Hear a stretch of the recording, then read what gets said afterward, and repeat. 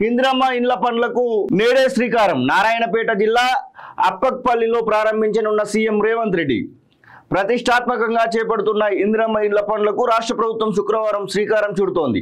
మొదటి దశ కింద చేపట్టే పనులను ముఖ్యమంత్రి రేవంత్ రెడ్డి నారాయణపేట జిల్లా అప్పక్పల్లిలో ప్రారంభిస్తారు. అక్కడ ఆయన శంకుస్థాపన చేసిన అనంతరం ఉమ్మడి మహబూబ్ నగర్, రంగారెడ్డి జిల్లాల్లోని ఎంపిక చేసిన గ్రామాల్లో పనులను అధికారులు ప్రారంభిస్తారు.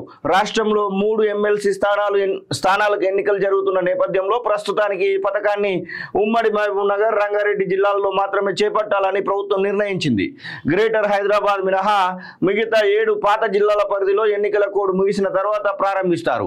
ప్రభుత్వం ఏటా నియోజకవర్గానికి 3500 ఇండ్ల చొప్పున ఇవ్వాలని ఇప్పటికే నిర్ణయించింది. గరిష్టంగా ఏడాదికి 4,50,000 ఇండ్లను ఇవ్వనున్నటువంటి సందర్భాన్ని మనం చూస్తా ఉన్నాం. జనవరి 26న రాష్ట్ర ప్రభుత్వము రాష్ట్రంలోని 4 పథకాలకు ఇప్పటికే శ్రీకారం చుట్టినటువంటి విషయం అందరికీ తెలిసిందే. మొత్తానికి ఏదైతేనేమి కానీ గతంలో డబుల్ బెడ్రూమ్ ఇల్లు ఉండేది, ఇప్పుడు ఇందిరమ్మ ఇల్లుగా దాని యొక్క పేరు అయితే మారింది. కానీ ఈ యొక్క విషయంలో మాత్రము కాంగ్రెస్ పార్టీకి ఒక రికార్డ్ అయితే ఉంది. ఎందుకంటే గతంలో ఇందిరమ్మ ఇల్లులు మీరు ఏ గ్రామానికి పోయినా ఒక 3 గీతలతోని, అంటే 3 కలర్లతోని కనబడతా ఉంటాయి. ఇందిరమ్మ ఇల్లులు కనబడని గ్రామం అయితే ఉండదు. దాని విషయంలో రాజకీయ దుమారం కూడా లేనిది. ఇందిరమ్మ ఇల్లు లేని ఊరు చూపిస్తారంటూ కాంగ్రెస్ పార్టీ వాళ్ళు మాట్లాడినటువంటి మాటలు కూడా చూసాము.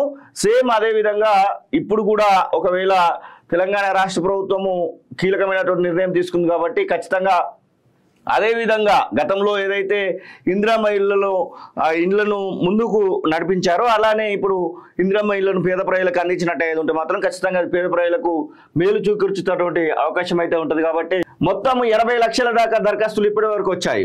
మొదటి విడతలో మండలానికి ఒక్కో గ్రామాన్ని ఎంపిక చేసి మొత్తం 72,045 ఇండ్లను నిర్మించి ఇవ్వడానికి ప్రభుత్వం నిర్ణయం తీసుకుంది. సర్వేయర్లు ప్రతి దరఖాస్తుదారు ఇంటికి వెళ్లి విచారించారు. ఇప్పటికే లబ్ధిదారులతో ప్రీ గ్రౌండింగ్ సమావేశాలు ఏర్పాటు చేశారు. ఇంటి నిర్మాణానికి 4 విడతల్లో లబ్ధిదారునికి 5 లక్షలను అందిస్తారు.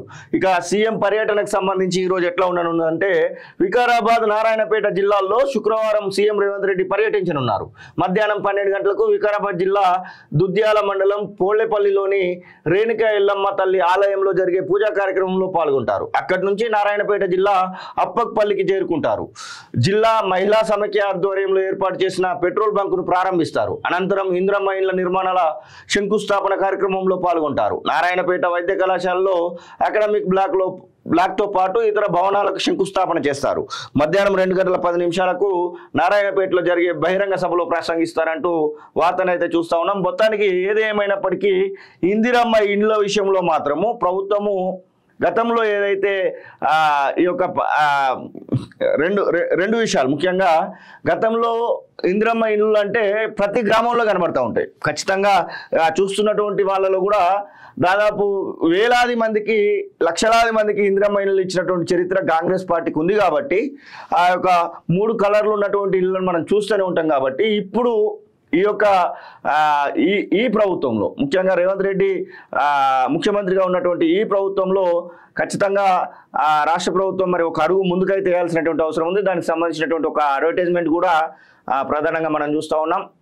అప్పక్పల్లి గ్రామము నారాయణపేట జిల్లాలో ఇందిరమ్మ ఇండ్ల నిర్మాణానికి శంకుస్థాపన కార్యక్రమం చేయబోతున్నటువంటి ప్రజాపాలన ప్రగతి బాట అంటూ వారు ఒక అడ్వర్టైజ్మెంట్ కూడా ఇచ్చినటువంటి సందర్భాన్ని చూస్తూ ఉన్నాం. ప్రభుత్వం నుంచి వారు ఇచ్చినటువంటి అది.